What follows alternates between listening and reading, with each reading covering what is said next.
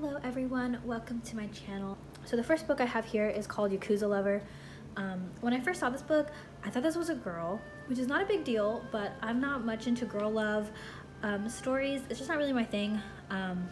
But it turns out that he is actually the underboss of a Yakuza syndicate, and he ends up falling for this girl in the front. It's a really fast read, and it goes by really quickly as well. So I actually really liked it. It does get a little spicy, so if you're not into spicy scenes, you might not like this. Also, it kind of gets a little violent sometimes because, you know, the whole like mafia gang kind of thing, like there's gonna be some violence. But overall, I really liked it. I thought the storyline was okay. I mean, like I said, it just gets it just goes really quickly. So I'm trying to just show you like the art without giving too much away. But yeah, I liked it, like I said. And I'm excited to read volume 2. It's not out yet, but hopefully it comes out. I think it comes out sometime this year or early next year. And I got this one from Kinokuniya. If I remember, I will tell you guys where I get things. But most things I get from Barnes & Noble, unless you see that sticker on the back. So the next one I want to talk about is called White Night Melody. I got this one at Half Price Books, and I got it because it was cute. From what I gather, it's about two dolls two people that were turned into dolls like 100 years ago, and then one happens to be a princess, and then one is a son of an important government official, but they've been trapped in these dolls, so now it's like modern day, and they're just trying to like figure out things and get used to how things are now in the modern world, I guess. I haven't read this one yet, but I just got it because it was cute. I'm not sure if I'll read this one because I looked up volume 2 on Amazon and it was like $30. So I don't know if I'm that invested to continue reading this series, but like I said, it's really cute. And I happened to find volume 1, so I just picked it up. Okay, so then I'm going to talk about a series that I read from start to finish, all in one, a couple days, because I had to wait for one of the volumes to come, and it is called An Incurable Case of Love. The spines are really pretty. I don't know if I'm going to keep this series. I might return it. I don't really like it that much.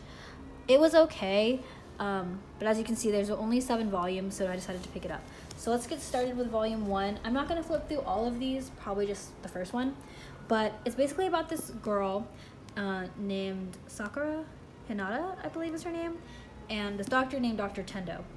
And she ends up helping this elderly person that needs medical assistance, but she's nothing yet, so she doesn't really know how to help. But he comes along and he's already a doctor, so he helps her, and then she ends up falling in love with him. And so she becomes a nurse to hopefully run into him again because, you know, he's a doctor. And then I think 4 years pass, and then she actually does become a nurse, and they meet again, and she still loves him, but he's not who she thought he was. So it's just like their love story, but it's kind of a mess, I'm not gonna lie. I don't know why nobody told her that was a dumb idea. Like, if you want to be a nurse, that's great, but you shouldn't want to be a nurse because your lover boy is a nurse, you know, and you don't even know him and you wanted to like follow him. I don't know, that's a little creepy. But spoiler alert, they do actually end up together. But it's just their journey, their love journey, I guess. And of course, like, things happen, there's twists and turns. There's a few love interests, like other love interests for the girl, but honestly, like, it's not even really fleshed out properly. This one I had to get on Amazon because Barnes & Noble didn't have it. But yeah, I mean, I thought it was okay. I would probably give it like a 3 out of 5 stars if I had to rate it. But like I said, it was a really quick read, so I'm glad I picked it up. I just don't think I want this in my collection kind of deal. Okay, so then the next series is not all gonna fit in frame, but I have all 14 volumes of the quintessential quintuplets. Yeah, this is not gonna show. So I'm going to just show you some at a time. I love the spines of these.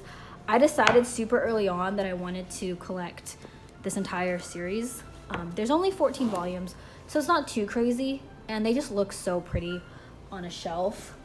I just want to show you guys the spines real quick for all of them before I get into the story, but I'm sure everybody knows what the story is about by now. This actually just got turned into an anime, so yeah. Anyway, okay, let's get started. I can show you guys the covers, talk about this series some more. All of these I got from Barnes & Noble, I think. So, quintessential quintuplets. It's about 5 sisters who are quintuplets, obviously, and they are really bad at school. So their dad hires them a tutor, and he needs to make them graduate or else he gets fired. Well, I don't know if there's actually any repercussions if they don't graduate. I just think they need to graduate. So the father ends up hiring him. He turns out to be one of their classmates, and a lot of the girls don't like him and don't want him to tutor them, but he's hired and he really needs the job because he's poor. So basically this is him just tutoring them, and then in the end he ends up marrying one of them. I actually know who he ends up marrying, but I'm not gonna say anything because spoilers and all that, but it's just about that. That's Miku. She's my favorite. I love her. I think she's pretty popular, but like, look how cute she is. So she's my favorite. But yeah, so it just follows them. And then of course it's a harem, so like they end up all having, you know, start having feelings for him and whatever. So they're trying to deal with that because they obviously don't want to like betray each other kind of deal. So I'm on volume 6 right now.